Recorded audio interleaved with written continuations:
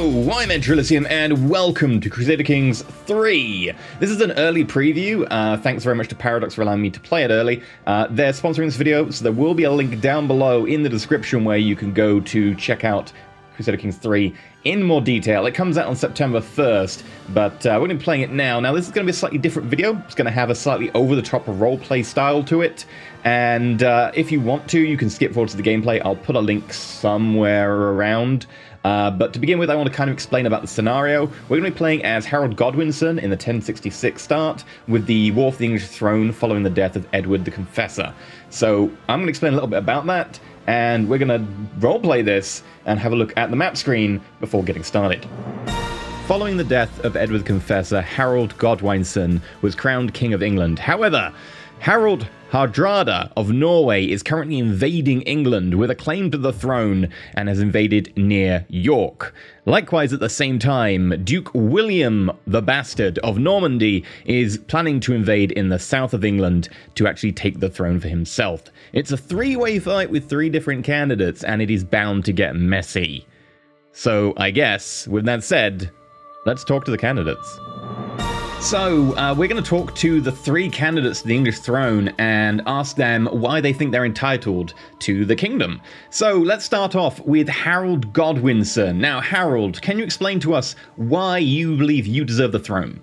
My reason for being king is that the previous king pointed at me on his deathbed and he said, Harold, you shall be king after me. And then the Council of Peers met and they said that I should be king. And, I was okay with that. I said, if you want me to be your king, very well. And I'm now king of England. I think that's a pretty good reason for being king. That the previous king and then the Council of Peers both agreed to make me king. I think that's very fair. And have the commoners expressed any preference? No, the commoners shouldn't have an opinion. Why would they have an opinion? And let's talk next to Duke William of Normandy and see why he thinks he deserves the throne. Well, I believe I have the strongest claim to the English throne. Harold swore an oath to me personally several years ago that he would stand aside from the English throne and allow it to pass to me, as it was so intended. And obviously he has broken that oath, and that makes him an oathbreaker, in addition to siring many bastards. And I believe that God will want me to take the throne, in addition to all my supporters on Reddit. And I think I can manage this. And did anyone witness this oath? The oath was witnessed by myself, and of course several of my close friends, who will support me 100%, and they will confirm everything about the oath, and that the throne belongs to me. Okay, very convincing. And finally, we have Harold Hardrule, otherwise known as Harold Hardrada. Harold, King of Norway, why do you think you deserve the throne?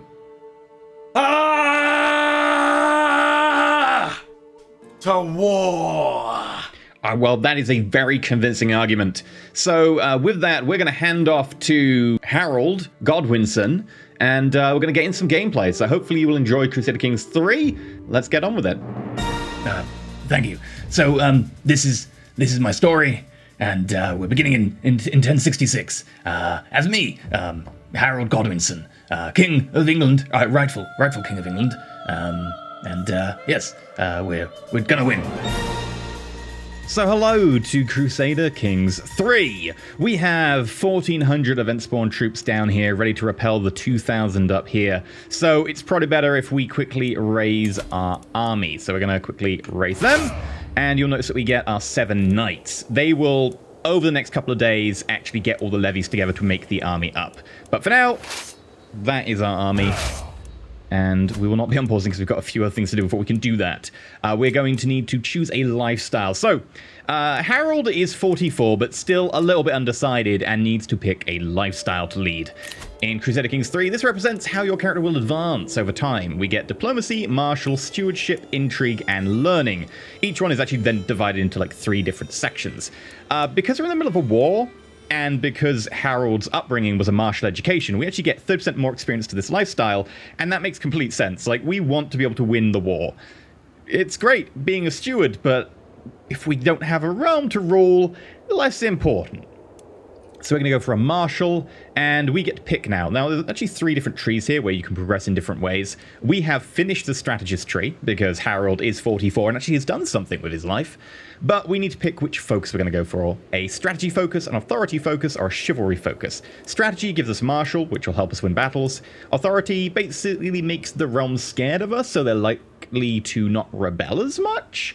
And chivalry is much more about our own prowess in fighting and attraction towards us because we're oh so chivalric. We're going to go for strategy. We want to be able to win battles, so Harold is going to have as much martial as possible. So we're now 22 martial, which is pretty good. And close that down. And we're going to nominate a successor. So we've not cast our vote for the heir of the Kingdom of England. So we should probably do that. If we have a quick look, by the way, at our own children, you'll notice we've got 3 boys and 2 girls. Unfortunately, your girls are out because, you know, gender discrimination is a thing in 1066. So we have Prince Godwine Haroldson, son of Harold Godwinsen. We have Edmund, and we have Magnus. So let's look at them. Godwine, you are compassionate, trusting, content, a thrifty clerk, and you are a legitimized bastard. We also have Edmund, who is vengeful, gluttonous, compassionate, a tough soldier, a cautious leader, and a legitimized bastard. And he's homosexual, which is really going to help with having children. And we also have Magnus Haraldson, who is shy, temperate, content, charming, and also a legitimized bastard. They might be bastards, but they're very good people. I think we're probably going to want to go for Godwine Haroldson, our eldest, as our heir. So we will nominate Godwine Haroldson. Now, speaking of our heir, we're going to want to get people married. Now, we could just pick someone for the alliance potential, but because you're probably going to be the person pumping out all the babies, we need someone who will give us good babies. So, let's have a quick look for someone with inheritable traits. Regulent von Stutzligen, who would also get an alliance with a tiny county? Like, at least it's something. You've also got reasonable stats. And you have the Amazonian trait. It's Herculean if a guy has it. It's Amazonian if a woman has it. You get a huge boost to health. You get +8 prowess, and you get 15 attraction. It's a congenital trait, which means that our kids could have the Herculean trait, which would be fantastic. Basically, they are super strong and powerful. This is a winner right here. Ambitious, gregarious, brave. You're a tiny little house, but you're a pretty good catch. And that is a really nice trait. So big women mean big babies. And I see this as an absolute win. So we're marrying below our station. We get a kind of a penalty here in terms of our prestige, but totally worth it because that trait is really good. So we're going to go for this. We're going to marry in. And then we're going to select our other kids, and we're going to start marrying them off for alliances. There comes a time in every child's life where they have to leave home, travel thousands of miles, and then marry someone they don't know and have never met. What do we have? We've got Hungary, Croatia, the Holy Roman Empire, Bohemia, Sweden, Transylvania. Not bad. Now, this is actually the Queen's mother, and this is the Empress's mother, so a little bit old, probably not going to have babies from these, but the alliance is golden. What if we went for Croatia? Because you're a similar age, you know, 25, marshal. Yeah, still talking similar number of troops, and we would get some prestige out of this, so yeah, 400 prestige, let's do it. Let's get you married over to Croatia. Magnus. Let's get you married to... Could go for Bohemia? Yeah, let's get you married... Well, in betrothed. You're not going to get married because you're 10 right now. That would be a little bit wrong. And then we also have 2 daughters who we can get betrothed. They're not quite of age yet. But there's potential alliances with Sweden. There's potential alliances with quite a few decent countries, including France. The King of France. Okay, what about... Yes. Get the King of France on the side. And then if we can get Sweden as well.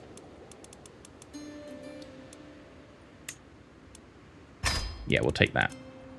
Now, that would be great, because that gives us Sweden to help fight Norway, because they share a border, and France to help fight Norway, because France is not going to get involved with fighting their own Duke, Duke William. But, you know, France is a powerful ally. They'll definitely be able to help with Norway. We can negotiate some alliances. We're just going to say yes. I would like alliances with people in my realm, make the realm a little bit more stable. And we can change Count Eadgifu's contract. Because you are my vassal and lover. Not my wife. Harold.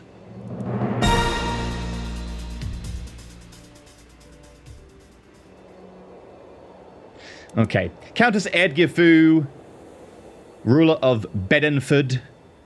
Because we have a strong hook. Now, the way hooks work in CK3 is that they are a measure of the control and dirt, in some ways, you have on a person. If you've got a weak hook, you've got some leverage. You can maybe get one thing out of them that's not too powerful. If you've got a strong hook, you have some very powerful leverage over them. In this instance, we're their lover, they're our vassal, probably. So we're going to go for... We're going to up their feudal levies. That'll be helpful. Now, normally changing someone's feudal contract is considered tyranny because you're just making them give you more stuff. But in this case, we can use our hook. Oh, it's thanks to loyalty. They're just very loyal because we're sleeping with them. It's a very rigorous policy. That's one way of making the realm like you. It doesn't work with everyone. So... the realm is going to be like, oh, that's fine, you know? They're not complaining, there's no tyranny going on. But they will like us a little less. So we're definitely going to go for that. Last thing to do is go to the council.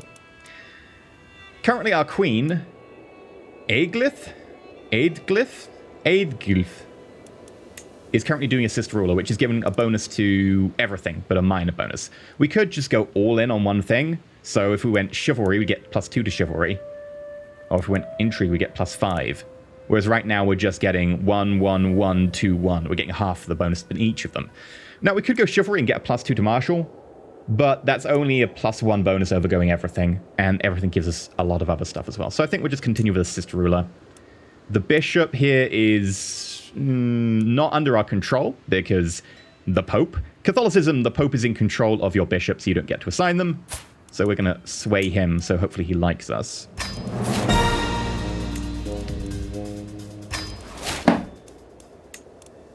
And then we're going to start picking the people down here. Unfortunately, our chance is only a 10, which is pretty terrible.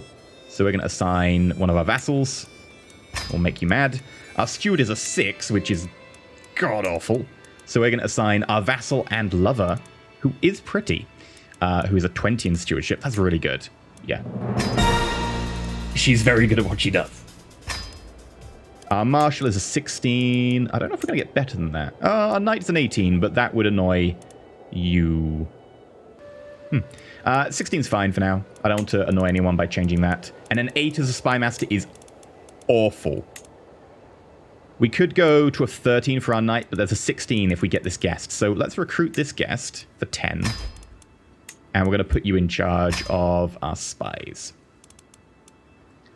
Now, very quickly, we're going to tell you to probably organize levies to get reinforcements, disrupt schemes, collect taxes, focus on domestic affairs, and I guess the bishop should start fabricating me a claim, maybe?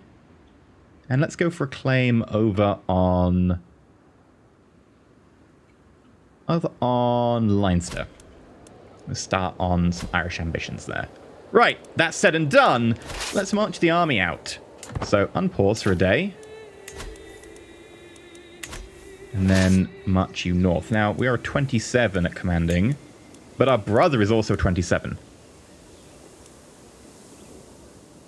What's our prowess? 7. His prowess is a 22. I made my brother, Duke Gareth, in charge of the army because he's experienced and forthright, tends to put himself at the front of the war and in the line of fire all the time. Yes, a good leader. We've been told you put him in charge so that he will get killed leading your army. Who told you that? Who told you that? So you start charging up the country to deal with that 2,000. That's an alliance formed. A few more alliances with marriage proposals, betrothals.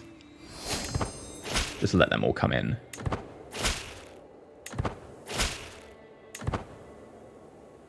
And then, let's have a quick look. We are going to call allies to war.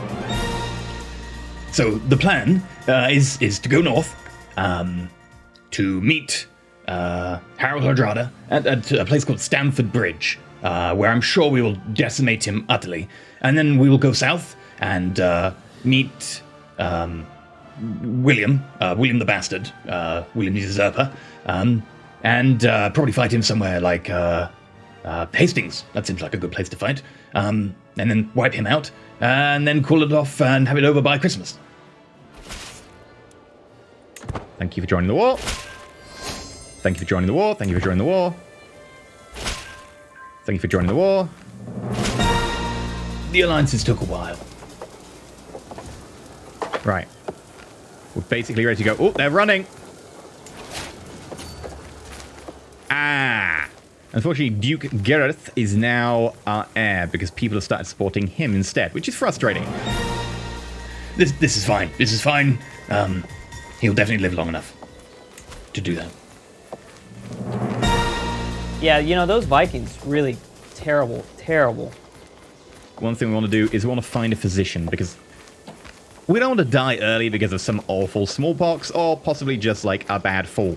Or if we end up fighting as a commander, like an injury or something. So let's get ourselves a physician to deal with that. We're R44, so it's getting to become that age.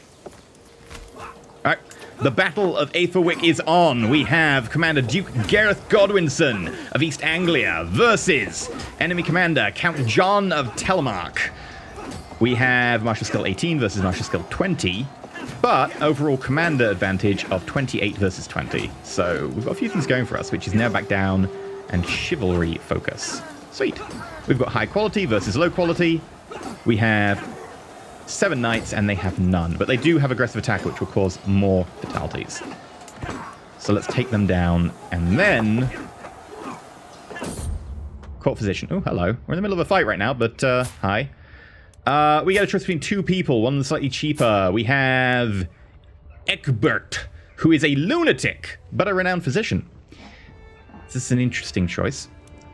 And Uchtred, who is a deceitful, tough soldier and a flexible leader. Okay, we're looking for a physician, and you're renowned. You are a lunatic. That could be a problem. Those rumors are completely exaggerated. Oh, we can't heal them like that. Who would clean up the mess? We'll take you.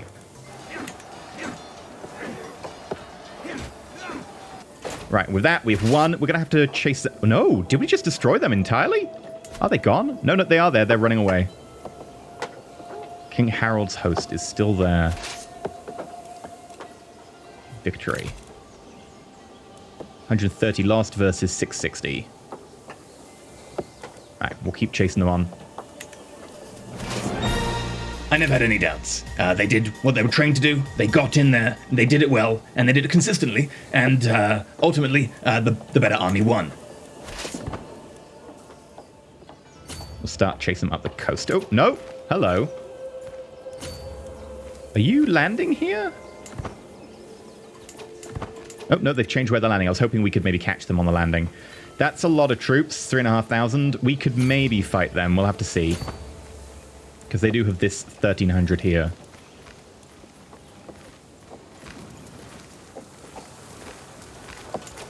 And they have 2,500 more coming. Oh, hello. William the Bastard is now here.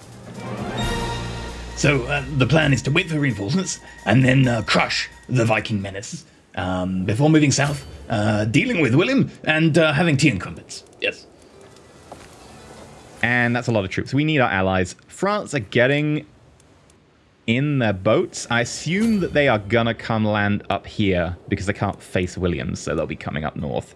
So I think we'll just wait around for reinforcements. Of course, it looks like my allies have other ideas. You're landing in the south. Why are you landing in the south?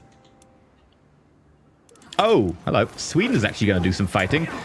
Sweden, interesting choice there. The enemy do have armies nearby, but they're taking their time responding. Lessons from the past.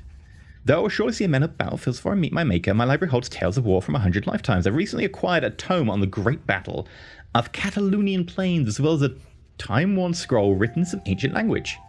Who knows what forgotten secrets it holds? Read the newer tome, or attempt to translate.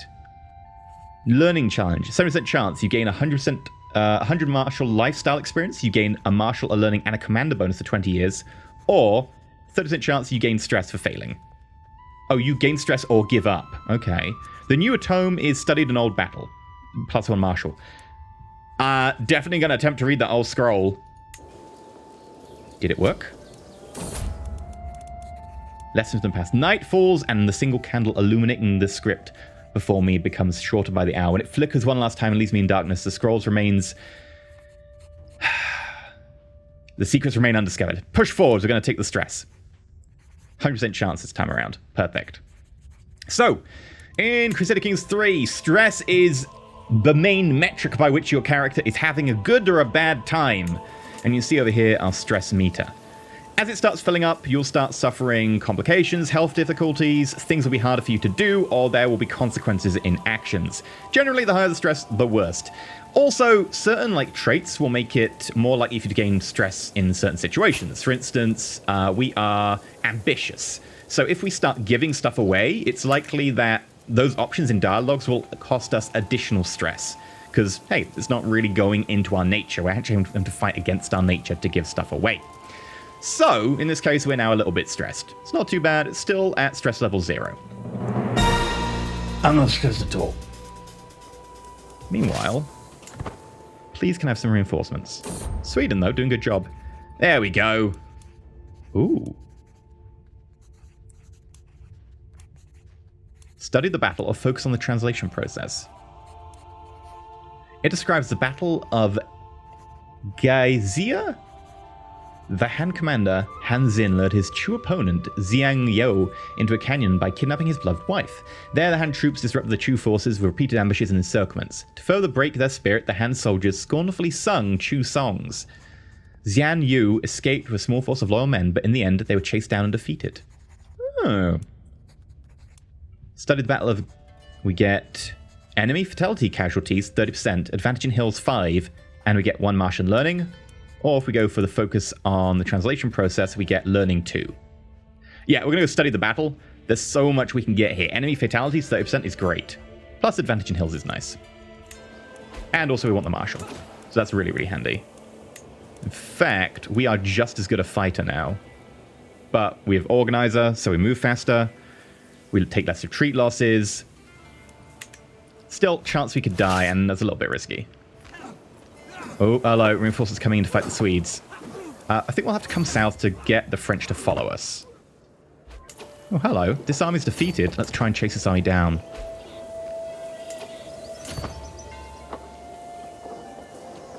Opportunity. Let's take them out. Ah, they're going to sea. Think we might be able to just about catch them.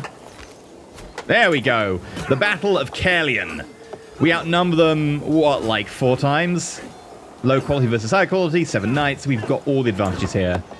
Hopefully we can destroy as many of them as possible.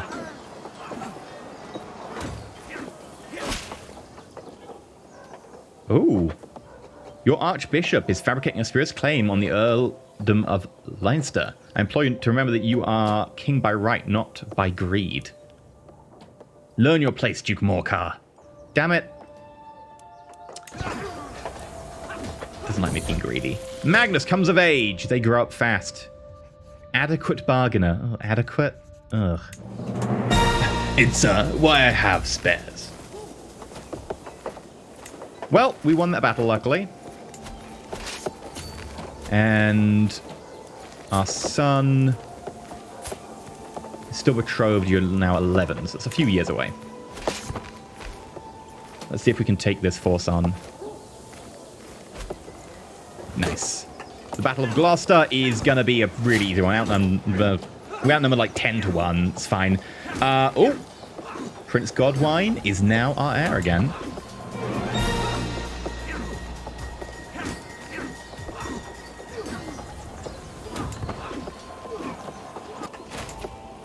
And we completely just obliterated them. Right. This threat in the north is still right there. We need France to actually start moving around, but they're just sitting there with their troops.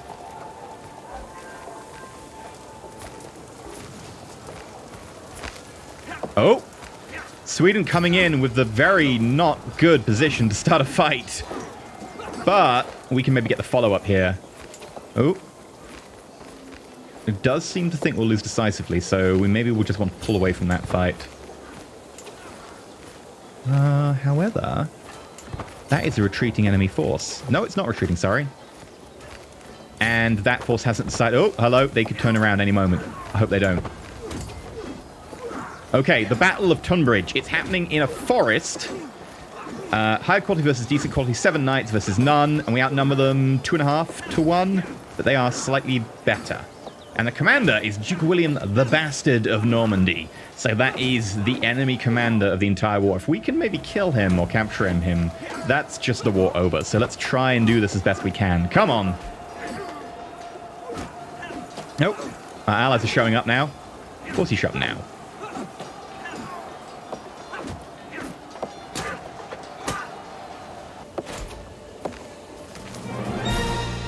They said I'd get shot in the eye. And that's why I wasn't there. Never had any doubts. Quite frankly, I do not know what went wrong. I had read the Wikipedia page earlier today and it said I was going to win. That was obviously wrong. And I will have to be making some edits when I get home. Okay. They are still alive. I'm going to try and chase them down if possible. Oh, we could possibly hit this force on landing. We're better off probably hitting this force on landing. Got to wait for them to be locked in, or they'll just cancel it. There we go.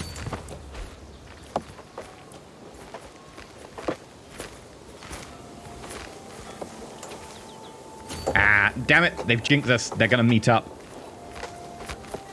However, every time they just basically bypass a castle by ignoring it, they're going to take attrition. So they've actually stopped, and you notice they're a little bit lower in troops. We're actually going to try and meet them at Reading. So the Battle of Reading. High quality, high quality. 5 knights versus 3 knights. I think we still have the advantage here, especially because we outnumber them 2 to 1. We should be fine. Beautiful. Right, let's try and get William. Oh, France is slowly moving north. It appears we've just got news that our brother, Duke Gareth Godwinsen, unfortunately died in battle. This is a terrible, awful day. We have lost Duke Gareth, my brother who I loved dearly, due to William the Bastard and his menace of an army. I feel so much lost right now. And this could never have been predicted. No one could have ever foreseen this happening at all.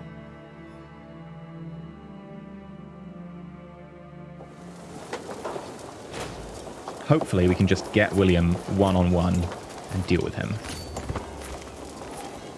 There we go. Right.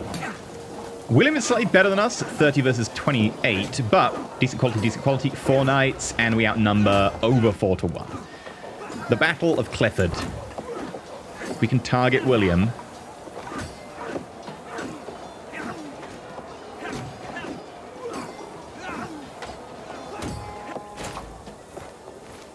Nope, looks like he's fine. Alright, we'll chase down this army now. Alright, we were there first, so we're defending, which gives us a bit of a bonus. We still have everything in our favor here, so pushing this one on.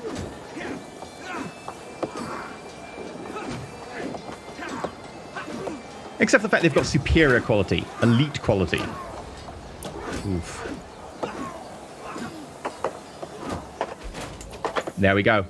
Yeah, another battle in our favor. Normally, I'd really want to deal with the northern threat, but seem to be doing pretty well against the Normans. Almost up 60% on our war score. I'm thinking we try and chase him down. Finish this as soon as possible. If we can find Duke William. He might have just got on a boat. Nope, there he is.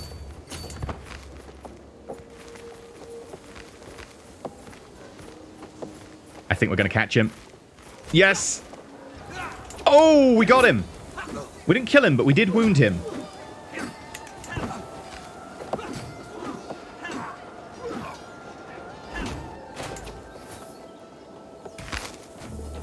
Vanquished. Very, very sad about my brother still. We've just heard that Duke William was killed in battle. What's your response? Yes! Perfect. Right, let's move north to deal with that. I don't think there's anything really down here unless we want to go deal with like this small army. If we can just kick the Normans out before they get... Sorry, the Norwegians out before they get too many ideas. Oh, France got kicked back there. I guess it is a pretty large army. They've actually got allies in. Who did you call in?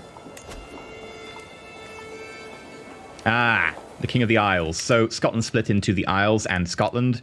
They've called in the Isles. All right, we don't want to get involved in that fight. That's a bit too rich for us. So we're going to wait for our allies to group up again. But it looks like our allies are coming north again.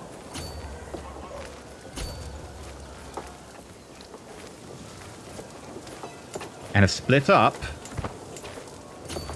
Can we get a fight here? Yes.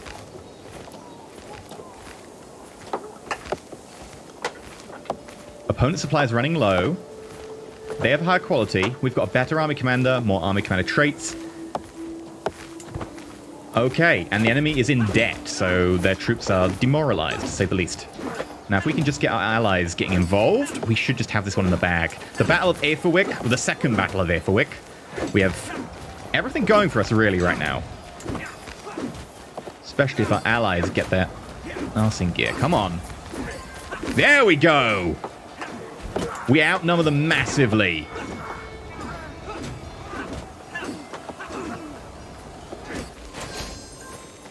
And we gained a level of fame. Our glory is widely known with the victory at the Second Battle of Aetherwick. And unfortunately, we have an empty council position. Our Chancellor... we could get Duke Edwin, although he does hate us. Maybe he'll hate us a bit less now. Ooh, a lot less. Nice. I think we take the opportunity here, chase him down. Strike while the iron is hot. They do outnumber us slightly. We've got a much better commander. You are, ooh, wounded and one-eyed. You are shrewd, though. Okay. Reinforcements wouldn't go amiss. So this is the Battle of Dunham. And it's quite bloody, but as the reinforcements are coming in, it's guaranteeing the win for us.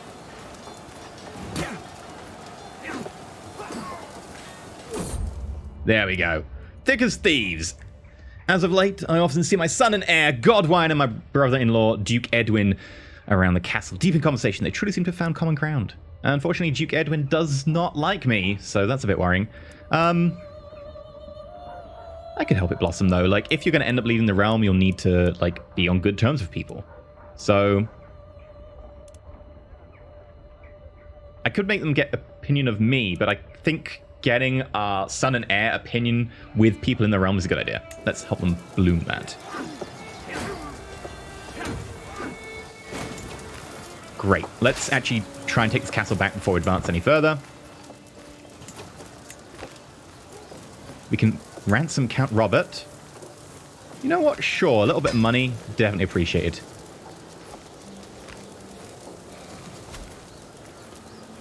We're getting close to leveling up our strategy. Now, one thing I'd like to do is to focus on getting Royal Prerogative, which is the ability to get high crown law, absolute crown law. Basically allows you to have primogeniture, where your descendants automatically are your people following you in terms of who's going to get the crown instead of it going to an election. So we're going to start working on that culturally. It'll take a long time, about 32 years. But it's something to get started on. And let's just take this back. Thank you for accepting the ransom. The money's very appreciated. Ooh. What is this? The Normans have called in a county here. That's quite a lot of forces from you. I thought you were done. Maybe you hired mercenaries or something. Luckily, we don't actually need to hire mercenaries ourselves. We're actually pretty good. Mostly because we've just got loads of allies. Having kids is great for getting allies. What else are they good for? And there we go. We've got a new martial perk. We are going to get Stalwart Leader. Reduce the risk of commanding armies. Gives us 4 prowess. It's highly beneficial that we don't die when we're leading an army. So yes, I would very much like to reduce the risk of commanding armies. So we're going to grab that from the Gallant Tree. Our daughters come of age, which means we can have the betrothed marry. Accept that. I have an alliance with France. Unfortunately, that is going to give France a reason to go to war with us if they try and claim our throne. That's fine. What could possibly go wrong with this alliance? You're deploying more troops. We'll have to deal with that. And you're busy sieging that down. Sure. We've also got this to deal with. But overall, the war is going very well for us. So I'm going to wait until you're landed. And then we're going to just try and catch you. Oh. King Harold Hardrule. Harold Hardrada. Let's try and deal with you. Don't even need any aid. We've got that. Alright, let's follow this back. If we can get the king, this is over.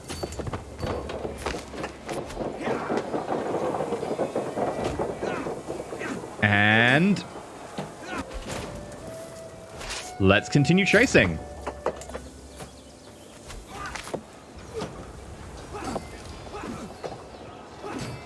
Oh! Duke Morcar wounded the enemy commander. Ill. Wounded. Very nice. Hopefully that injury will not be doing too well for you. Now, we could chase them down, but if we do chase down, we'll be chasing through here, which will result in casualties. I think that's good enough for now. We'll go deal with the rest of our realm.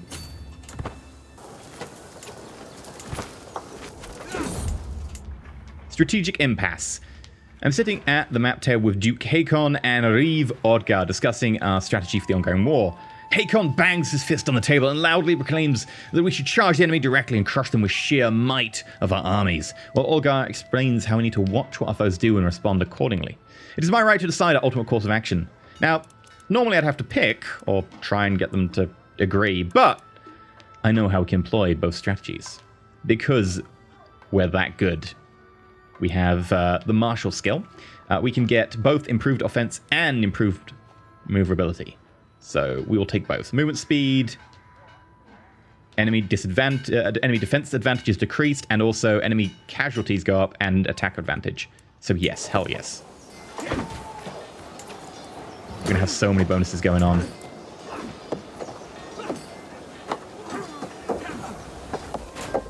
Right, chase them down. End this now. Oh, Captain Tibble of the Navonese Company. Yeah, they definitely got mercenaries.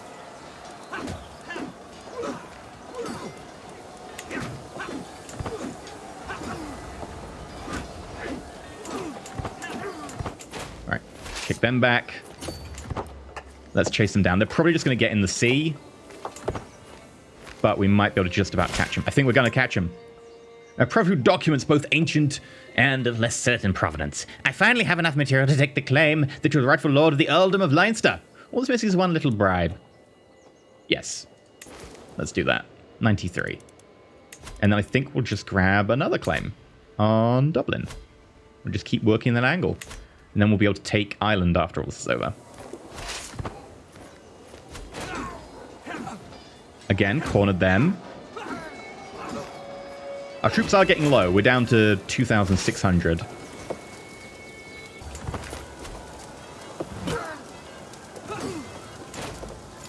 And that's their army gone. Brilliant. Now, who do we want to target? The Norwegians are not doing too well. In fact, it looks like they're actually losing ground up here.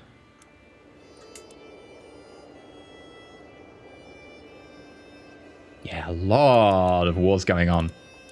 In fact, a lot of wars. An independence war, a Danish claim on Norway, attacking me, defending against the Scottish war for one of their provinces. Okay, they've got 4 wars going on. I don't think we need to worry about them. They're probably going to end up quitting out sooner or later. I think we just try and finish off the Normans. So we're going to reclaim our stuff before we jump over and then try and siege down probably Lisieux and into Alençon. How's my son doing? You have any babies yet? Like, your wife's 35. You need to have the babies. Yeah, with the babies. I need them to do it. A lot. And by do it, I mean sex. Camp dispute. Reeve Aethelwine and Duke Leofwine in the middle of a heated argument while several onlookers edge them on. Deliver a speech about unity? Ugh, less than 50% chance of that. Have them whipped for their delinquency? We gain 20 dread. Dread's useful to make people scared of you, less likely to attack you. And we gain martial lifestyle, but people dislike us, and people could gain wounded. Or, stop this, I'm going to my tent. We lose prestige. I think we try and deliver a speech about unity. It's 50-50 as to whether this works. It did not. There's a brawl. 1/3 chance if we join in of helping as the sole victor. 2/3 chance of ending up wounded. At our age, I don't think we can risk being wounded, so I think we'll just say what a mess. We'll lose prestige, unfortunately. My skilled lover. Oh, okay, not skilled in that. She's proven herself highly capable, especially in administrative matters. There's some projects I'd like to undertake in the Earldom of Bedford, my liege, with your blessing, of course. Vassals shouldn't take such liberties. She dislikes us, or take the reins. She gains encouraged improvements, opinion, and we lose prestige, because we're kind of letting her be independent. I like the idea of development growth. That's great. Take the reins. You know, being our lover should definitely have some unfair advantages. She is very skilled. Dangerous faction. Ooh, hello. My son. Okay, this is a faction to install him, not necessarily involving him. Okay. Yeah, let's try and get you on side. Can I arrange a marriage for you? No. Just between your people. I could send you a gift. It's a lot of money to be gifting you. I don't think it's something we can really go for. This is a bit of a risk, though. You could call that at any time. This is not the best time. We're in the middle of 2 wars. And also, he is my heir. You just wait a few years, and I'm sure everything will be fine. Just calm down. Gunhilda comes of age. They grow up fast. She's a brilliant strategist as well. Let's get her married off. Keep that friendship going. There we go. And they have managed to get Sussex under siege. Well, we're going to deal with that pretty easily.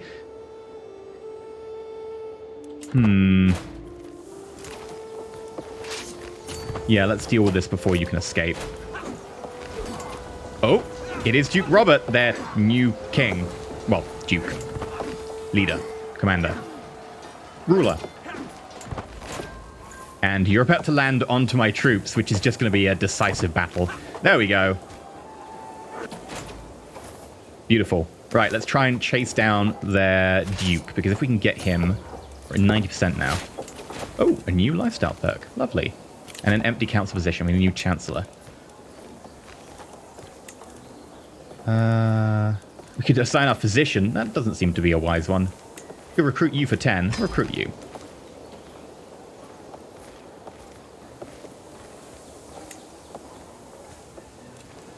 And for a perk, Knight effectiveness 75, Romance elope schemes, 30% power, Serve the Crown, Natural Dread, and Control Growth. I think we'll go Serve the Crown. That's probably what's going to most benefit us.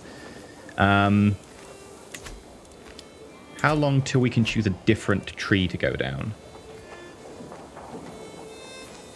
Later this year. Yeah, later this year we'll probably stop focusing on military, because it looks like we've got these battles basically sewn up.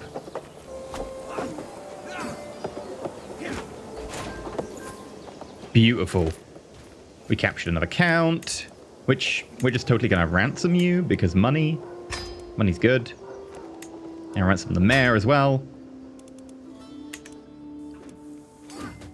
And yeah, my allies are dealing with that. I think what we will do is we're going to make our way down to trying to get to the enemy capital, which means we'll land here and then push through. Thank you for the money. It's very much appreciated. And since we're coming to the end of this war, I think we're also going to put a request out for inviting some knights to join the army. Yeah. Oh, hello. You are prowess 12. You'd make a reasonable knight. Yeah, I think we will recruit you.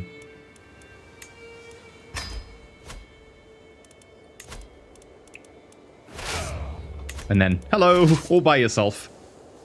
Get you to come down here.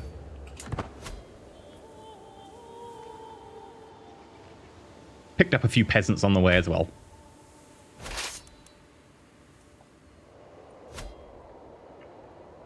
Oh, they're really trying, like landing 67 people. Bless them. Right, betrothed can marry. Magnus, the cowardly lackey. Oh, and you had a bad reaction to food. Okay. Yeah, we'll send that over, get you married off.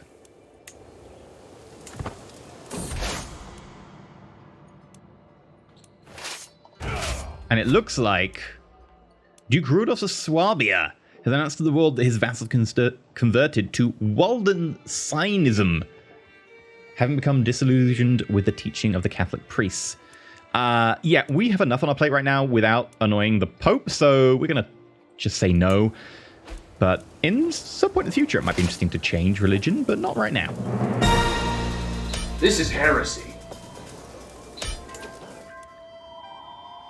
Right. One province down, and we're up to 100% already.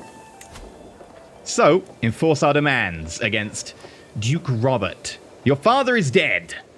Duke Robert loses the claim on the Kingdom of England. Allies share, unfortunately, 300 prestige. Increase his opinion of his allies based on the contribution. Spend 300 prestige to give us that. Factions targeting Duke Robert gain 25 discontent. Sucks to be you. And I gain the 300 prestige, and my allies share 300 prestige. It's basically a win-win. So, yes, we're going to enforce our demands here. And we get to keep the Kingdom of England. They said it couldn't be done. They said there was historical precedent. And what do they know? The whole of history, it's on Wikipedia. Oh. I guess. I think we just straight up land right here. I don't know how many troops they have left.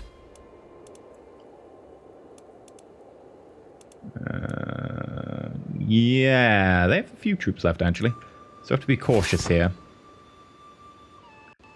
But if we can just take their capital, we should be able to force them out. Okay, there's 25 enemies there in 3 different groups. We can deal with that. We outnumber them 1,000 to 1. Nope, sorry, a little bit less than that. About 150 to 1 or something.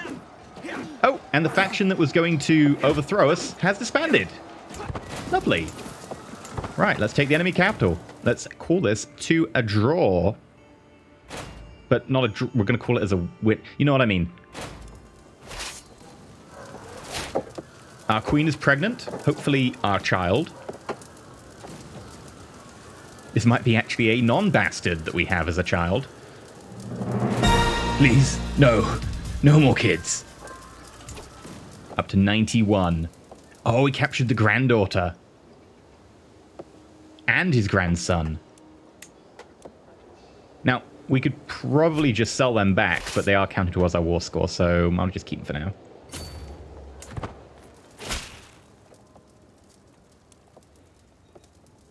Duke Morco, what's your problem with me, like, claiming places? Stop it. This is a long siege. With a year left on it. Sickness is spreading. Supplies are running low. Ooh. Our wife... Brilliant. Sorry, our lover. Don't get them confused. Has such a brilliant stewardship. We got an extra 110. My son. Name it after my father. Yes, we don't need another Godwine. What about a Leofric? That's a good name. Oh, and you are robust. Oh, okay, finally, I have a worthwhile kid. Oi, Oh, Dad! come on, Dad.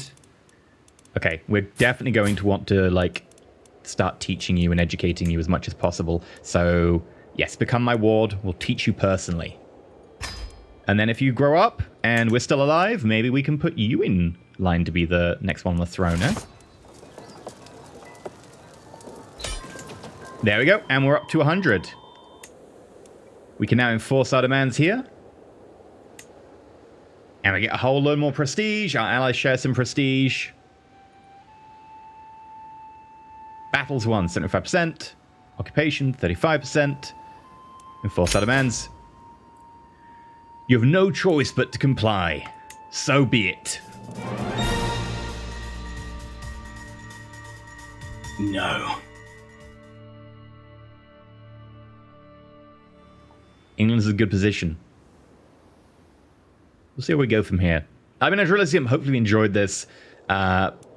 Let's play as Harold Godwinsen. The hardest start of the English War 1066 starts, but not unwinnable by any means, especially with some good allies. I've been EnterElysium.